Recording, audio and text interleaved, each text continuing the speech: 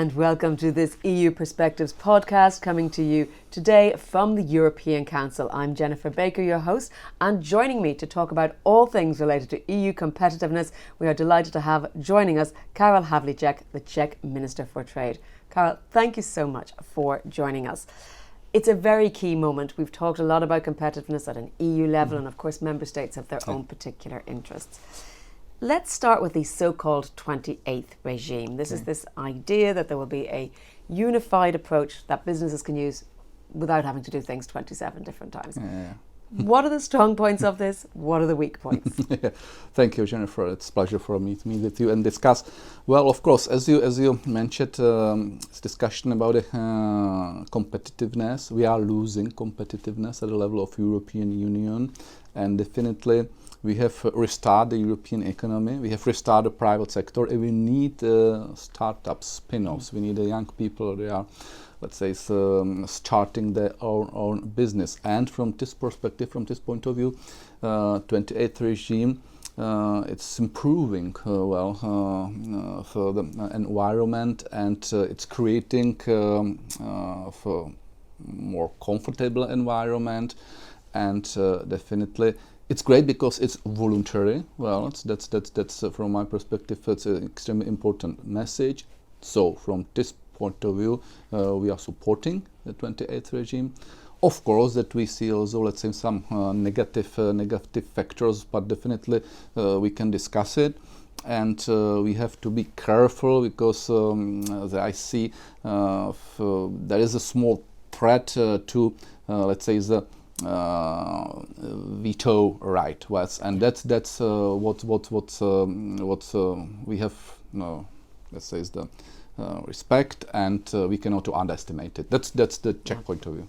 I mean, and what is the negotiation outlook and timeline? Negotiation is right now so that we have confirmed the 28th regime, approved it. It's at the level of the Czech government. And right now we are communicating, discussing across the particular ministries, and definitely, well, I think that European Union can expect that the Czech Republic will be as a good communicator, and globally we will support it because from the point of view of business, well, it's a good step. Well, moving to the sort of the general state of the EU's industry and the Industrial Accelerator Act. Now, as you pointed out, the 28th regime would be voluntary, because we often hear from business they don't want more regulation, they don't want additional red tape, and we know about this omnibuses and so on happening.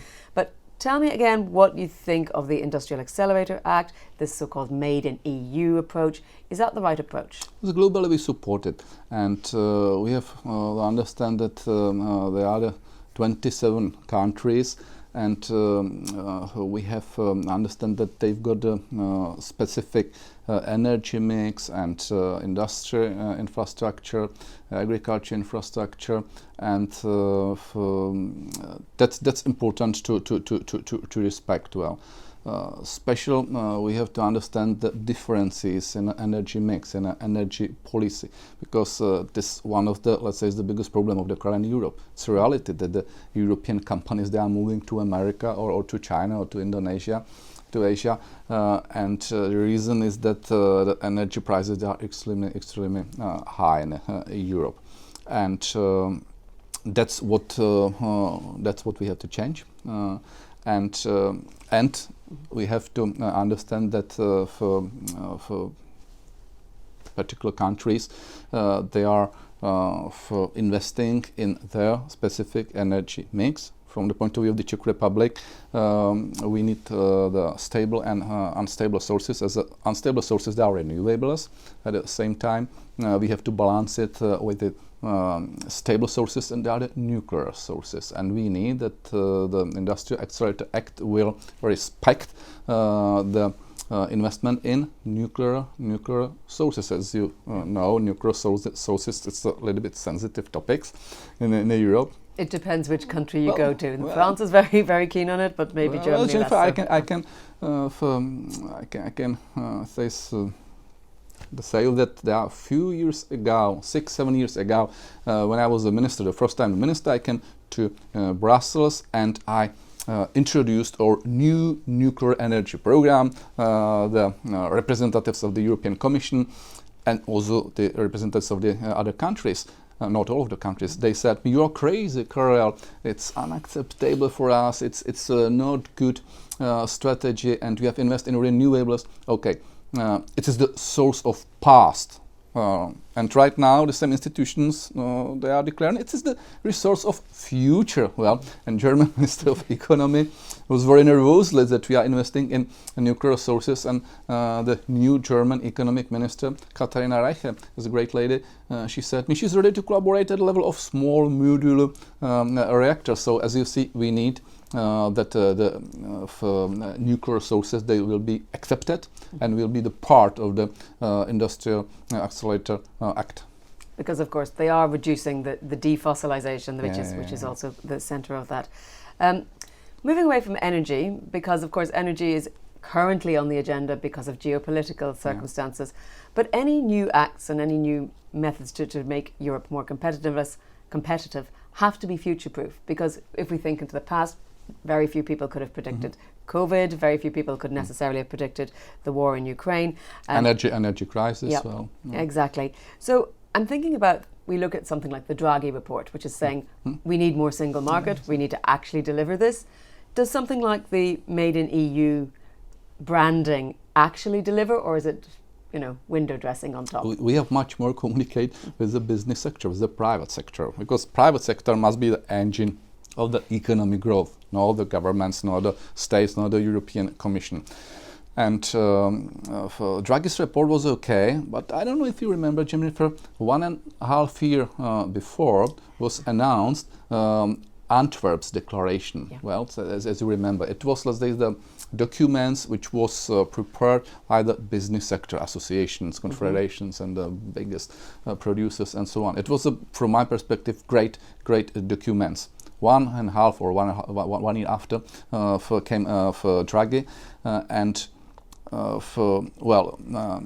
we have to understand that how I mentioned, the engine of the growth is the private sector, and the role of the governments is to create a comfortable environment for the business sector, which will be generate revenues, profits, added value, and that's what's important to mention, because we need to strengthen the production capacities across the Europe. If it will be in a sector of energy or chemistry or agriculture or defense or I don't know, machinery, that's correct, that's good.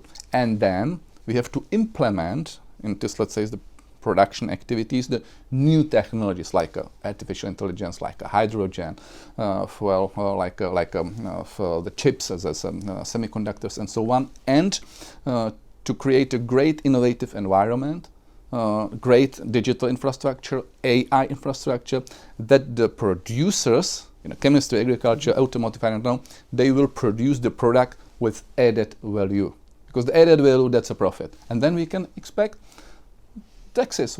And that's my role, create an environment and collect the taxes, and then we can invest in defense or in environmental for investments, or I don't know, agriculture or science or for transport. Yeah, all those social things that the EU stands proud for. But first we need the support the business sector, then we can collect the taxes. Now, when we talk about competitiveness, you might say, well, who are we competing with? And the answer is usually China or the US. Can you give me a sort of an evaluation of what you think of the EU-US trade deal? There are criticisms come from different sides. It is a sensitive time to talk about our relationships with our cousins across the Atlantic. But what do you think of the actual trade deal as we currently have? So right now, in the end of the day, because we have to evaluate all of this, let's say the steps in the end of the day, definitely I'm not criticizing it. Well, because for Maroš Šefčovič did a great job, or not a great job, a good job, we can say, and he is very experienced man, and he balanced, let's say, the statements and so on, and from my perspective, it's to see that we can deal with the US and we can adapt on the US requirements and the style of communication, because it's different. I remember when I was the first time the minister, the communication between the countries, also between the Europe or European countries and America, is based on the relations. Right now it's based on the transactions. But it's reality. I'm not criticizing. Well, I respect it. Let's say it's the new situation. But the Chinese is the same. It's also, let's say, the transaction-oriented marketing, or how to call it. Well, and we had adapt on it because there is no other chance. It's really not easy right now. We are losing the competitiveness and the share of the European GDP in the world is at a level of 16%. In America, 27%, and Chinese, they are beating the Europe. They've got right now 16%. And from the point of view of the productivity, efficiency of the particular countries or particular companies, well, in the micro sector, it's worst. So that's what we have to change, and we have to move from the social European system. And I understand that the social European system was, let's say, is the competitive advantage, well, in the past. But we have to move much more to the market-oriented system, and of course the deregulate Europe, change the crazy system of the subsidies, and to accept that, how I mentioned, the engine of the growth, it's business, it's a private sector. Well, you mentioned deregulation, so I want to touch on that and your thoughts on the package of omnibuses that we're seeing coming out. How successful do you expect they will be? I don't know if it will be successful or not. I know that we have to deregulate. I fully understand it from the business point of view because I came from business. I came from small and medium business, and I perfectly know that the medium-sized or small companies, they are totally frustrated with the system of the deregulation, and that's what we have to do. Every day we have, let's say, the thing how to deregulate Europe. I know that not easy. 27 countries, 27 systems, 27 governments. I absolutely understand that it's good to say it. It's not so easy to do it in a reality, but we have to do it because that's one of the biggest disadvantage if we are comparing the Europe and America right now. And that's extremely important from my point of view. Well, finally, you mentioned Maroš Šefčovič, and of course he's a very experienced man, having worked on Brexit. Any final thought on closer ties with the UK as we look to trading partners? Yes, UK is a great trading partner. I'm a big fan of the UK as a region. I'm a big fan of the UK for musicians, because I'm a big fan of the UK rock music.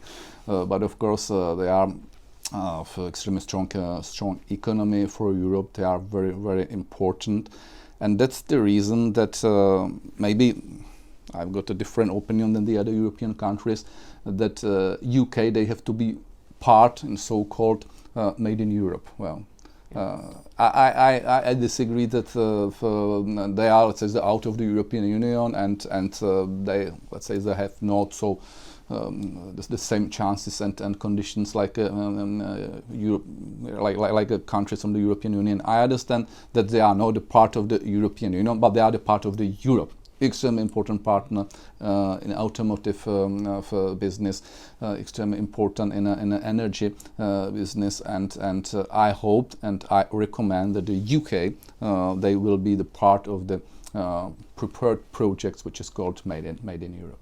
Well, thank you very much indeed, Karel Havlíček, Czech Minister for Trade, working here at the European Council to get a very competitive Europe for us all. Thank you so much for joining us today. And thank you for joining us. Please do keep an eye on EU Perspectives for more podcasts in the future dealing with this and all the other big political questions of the day. But for now, that's it. Thank you for joining us.